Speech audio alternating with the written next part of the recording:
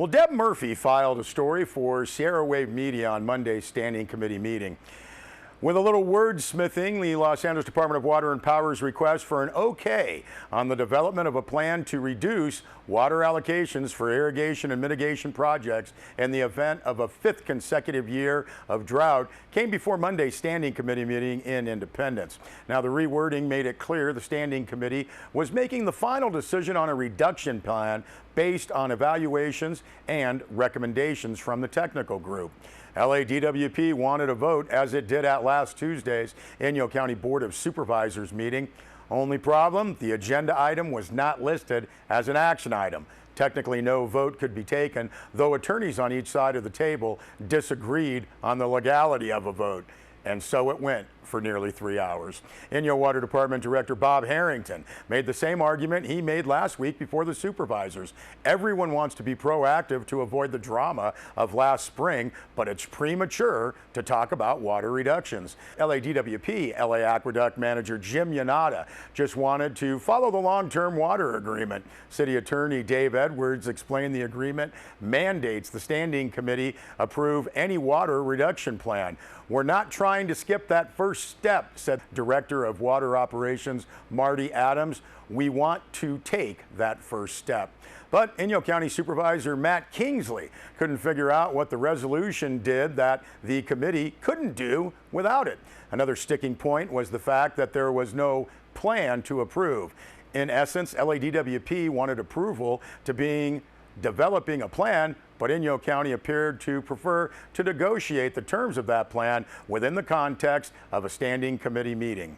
Eric Tillemans provided updated snowpack and precipitation numbers that included the late January snowstorm. The snow pillow numbers average out to 90% of normal. If there is no more precipitation through the rest of the rainy season, Tillemans said, we'll end up at 63% of normal.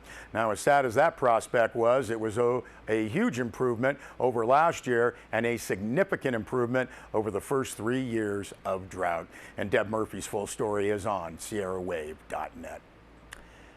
Well, the press release notes that last month, a set of candidates campaigning on a platform of open communication and government transparency was voted into office at the Fort Independence Paiute Tribe. Longtime Owens Valley community member and former tribal vice chairperson Norm Wilder was elected chairperson. Tribal member and medical professional Karma Henry was elected vice chairperson, and longtime tribal activist Stephanie Arman was elected to the position of secretary treasurer. Now, the Fort Independence Paiute Tribe is the smallest of the 4 Owens Valley Native American tribes, with approximately 160 members, of which about 80 live locally. The tribe has operated a travel plaza, cafe, convenience store, RV park, and small casino about 2.5 miles north of Independence since 2008. The press release notes, though the operations' early years were marked with setbacks, the Travel Plaza and Casino are now recognized as one of the busiest on Highway 395, have won a number of awards and accolades.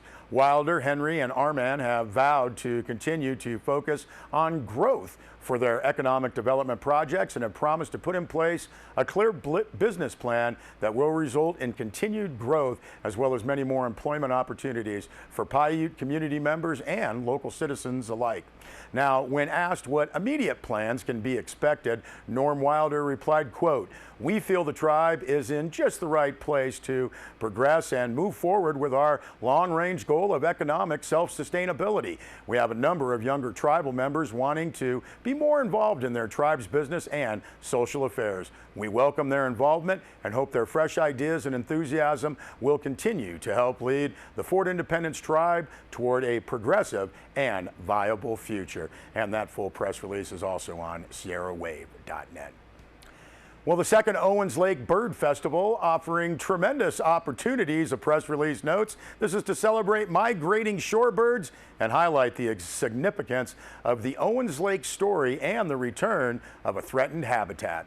Now, Owens Lake, designated as an important bird area, that's an IBA by the National Audubon Society, offers world-class wildlife viewing in the southern Owens Valley. The Owens River traditionally filled Owens Lake each year and supported hundreds of thousands of shorebirds during their annual migration between the northern and southern hemispheres. Now, for decades, the city of Los Angeles diverted water for its growing population, leaving the lake bed dry and drastically impacting bird migration. Now, today, however, through dust mitigation and collaborative restoration efforts, water and habitat have been returned to the lake, attracting birds once more. Now, this spring, Friends of the Inyo invites all birders and lovers of wildlife and beautiful landscapes to celebrate the spring migration during the second annual Owens Lake Bird Festival. This is set for April 22nd through the 24th.